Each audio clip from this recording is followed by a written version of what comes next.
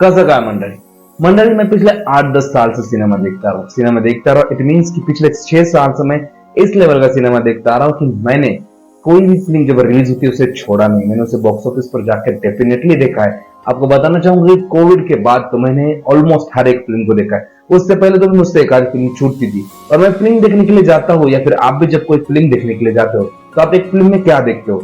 एक फिल्म के गाने अच्छे होने चाहिए, उसमें अच्छा डांस होना चाहिए, फिल्म में इमोशन होना चाहिए, फिल्म में एक्शन होना चाहिए, फिल्म में रोमांस होना चाहिए, फिल्म में थ्रिल होना चाहिए और फिल्म में इस लेवल का एक्शन होना चाहिए जो पहले कभी नहीं देखा हो। ये जब सारी चीजें मिलती है तब एक मास मसाला एंटरटेनिंग फिल्म बनती है। और इन चीजों में से भी कोई भी एक चीज किसी फिल्म में बहुत ज्यादा होती है तो उस जॉनर की फिल्म बन जाती है। मतलब कि बेसिक सी चीजें होती है किसी फिल्म को अच्छा बनाने के लिए।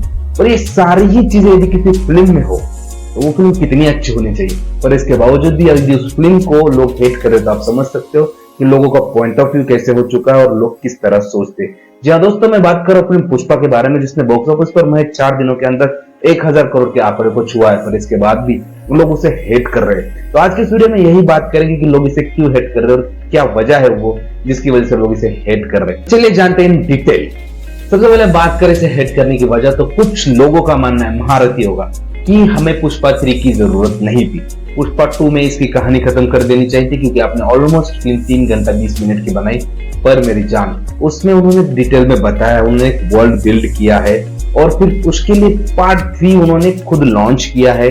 उन्होंने खुद दिखाया है कि और पार्ट ऐसा नहीं कि उन्होंने अभी पार्ट 3 दिखाया है। दोस्त यदि आपको पता है कि पुष्पा का जब पहला टीजर आया था पुष्पा 2 का, उसमें एक था कि वेयर इज पुष्पा।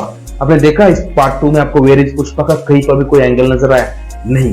पर पार्ट 2 में जब पुष्पा मरता है जो आखिर में ब्लास्ट होता है, उस वजह से लोगों को लगता है कि पुष्पा मरा नहीं है, वो जिंदा है। और वेयर इज पुष्पा ये थॉट चला क्योंकि सबकी डेड बॉडी मिली होंगी पर पुष्पा की नहीं मिली होगी। And only because of that तब वो टीजर लाया था आज से 2 साल पहले। मतलब 3 का टीजर उन्होंने तब लाया था। मतलब उनके दिमाग में पहले ही था इसके 3 पार्ट बनाने, समझ रहे हो मेरी जान। और इसलिए उन्होंने इसके सेकंड पार्ट में ये बताया कि पुष्पा मरा, क्यों मरा, कैसे मरा। पर वो मरा नहीं, वो जंगल में है और वो अपने आप को प्रिपेयर कर रहा है ताकि वो वापस आकर ब्लास्ट कर सके, समझ रहे हो। और इसीलिए इसके तीसरे पार्ट को लाया जा रहा है। पर लोगों को लग रहा है कि सुकुमार एंड अल्लू अर्जुन इसे इनकैश करने के लिए इसके थर्ड पार्ट को ला रहे हैं। तो भाई वैसे भी हो तो क्या दिक्कत है यार, आपको एंटरटेनमेंट दे रहे हैं और साथ ही साथ आपको इतना जबरदस्त सिनेमा एक्सपीरियंस दे रहे हैं। आप देख रहे हो पुष्पा को थिएटर में जाकर, अरे खचाखच थिएटर भरे हुए हैं मेरी जान, और आपको बुरा लग रहा है उस चीज से। इतना बेहतरीन सिनेमैटिक एक्सपीरियंस आपको और कौन देगा? और आप खुद यदि कोई ब्रांड बनाते हो तो उससे बिजनेस करने में क्या दिक्कत है यार?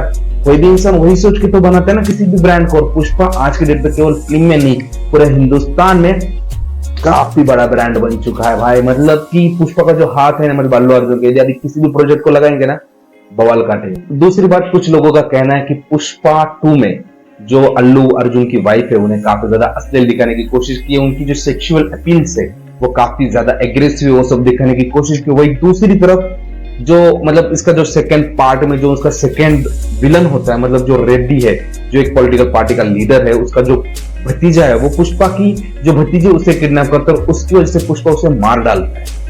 और फिर वहां पर जब आप एक ये बता रहे हो औरत की मान सम्मान की बात करते हो, दूसरी तरफ आप पुष्पा में ही रश्मिका को इस तरह दिखा रहे हो, ये लोगों की शिकायत है। पर दोस्त जिसे उठा कर लेके गए थे वो पुष्पा की भतीजी थी और जिसके साथ पुष्पा रोमांस करता है वो उसकी वाइफ है यार। और हमने पार्ट 1 में भी देखा था वो जो वैन वाला सीन था जब वो शादी से पहले उसके घर की तरफ उसे मिलने के लिए जाता है और जब उसके कंधे पर हाथ रखता है तो उसका दूसरा हाथ कहां पर है? ये उसका जंगली अंदाज है यार रोमांस करने का। पुष्पा है ही जंगली, तो आप उसे फिल्म मेकिंग से क्यों कंपेयर कर रहे हो? आप उस कैरेक्टर के हिसाब से उसका जो रोमांस स्टाइल है वो डिजर्व करता है, वो डिजाइन किया हुआ है उस कैरेक्टर के अकॉर्डिंग और इसीलिए उसी तरह दिखाया है इस फिल्म में। और साथ ही साथ कुछ लोगों को यह मानना है कि हिंदू धर्म को इसमें बदनाम किया। पहले तो मेरी जान, ये जो हिंदू और मुस्लिम का जो कॉन्सेप्ट है ना वो आप हर एक चीज में मत जोड़ा करो। मतलब कि लोगों का कहना है कि पुष्पा स्मगलर है, इसके बावजूद वो हिंदू है। पुष्पा पूजा पाठ करता है, वो इसके और बड़े बड़े कांड करता है, देश को लूटता है। ऐसे क्यों कर रहे हो यार? मतलब ये फिल्म है, एंटरटेनमेंट है।